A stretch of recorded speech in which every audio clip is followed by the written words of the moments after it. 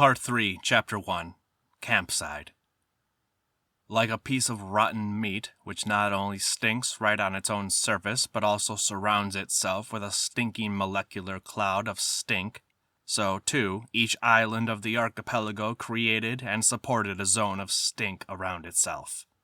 This zone, more extensive than the archipelago itself, was the intermediate transmission zone between the small zone of each individual island and the big zone, the big camp compound, comprising the entire country. Everything of the most infectious nature in the archipelago, in human relations, morals, views, and language, in compliance with the universal law of osmosis in plant and animal tissue, seeped first into this transmission zone and then dispersed through the entire country.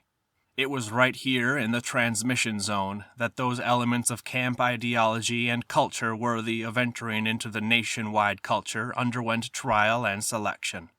And when camp expressions ring in the corridors of the new building of the Moscow State University, or when an independent woman in the camp delivers a verdict wholly out from camp in the essence of life, don't be surprised, it got there via the transmission zone, via Campside. Thus it is that the archipelago takes its vengeance on the Soviet Union for its creation.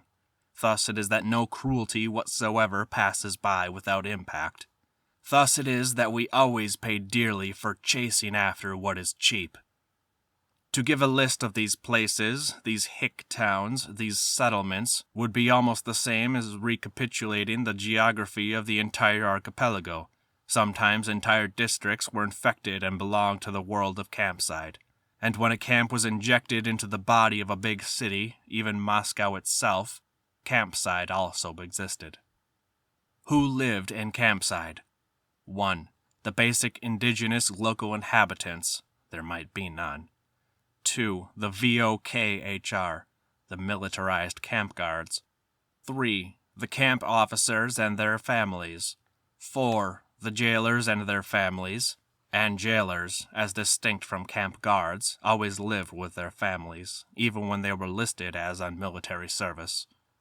5. Former zeks, released from the local camp or one nearby. 6. Various restricted persons, half-repressed people, people with unclean passports.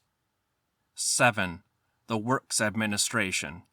These were highly placed people and constituted in all only a few people in a big settlement. 8. Then, too, there were the free employees proper, and all the tramps and riffraff, all kinds of strays and good-for-nothings and seekers after easy money. After all, in these remote death traps, you could work 3 times as poorly as in the metropolis and get 4 times the wages, with bonuses for the Arctic, for remoteness, and for hardship. And you could also steal the work of the prisoners.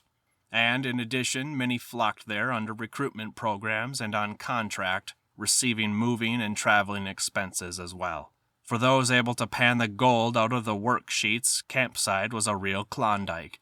People swarmed there with forged diplomas, adventurers, rascals, and money grabbers poured in. But there was also quite a different category among the free employees, the elderly, who had already lived in Campside for whole decades and had become so assimilated to its atmosphere that they no longer needed some other sweeter world. If their camp shut down, or if the administration stopped paying them what they demanded, they left. But invariably they would move to some other such zone near a camp. They knew no other light. They knew no other way to live. End of Part 3, Chapter 21.